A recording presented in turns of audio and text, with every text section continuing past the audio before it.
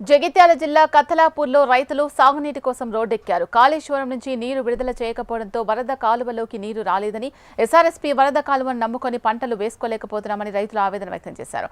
వర్షాభావ పరిస్థితులు, వరద కాలువలో నీరు లేకపోవడం వల్ల ఇబ్బందులు ఎదుర్కొంటున్నామని రోడ్డుపై బైఠాయించారు. వెంటనే కాళేశ్వరం నుంచి నీటిని విడుదల చేసి వరద కాలువలోకి నీరు అందించాలని డిమాండ్ చేశారు. ఈ రైతుల ధర్నాకు మద్దతుగా బీఆర్ఎస్, బీజేపీ పార్టీ నాయకులు ఆందోళనలో పాల్గొన్నారు.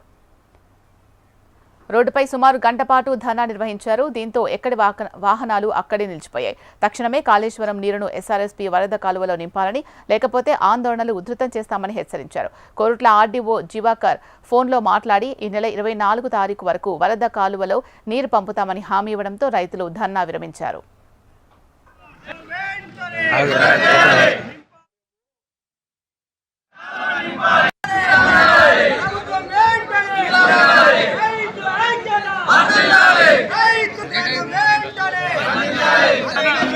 Hey!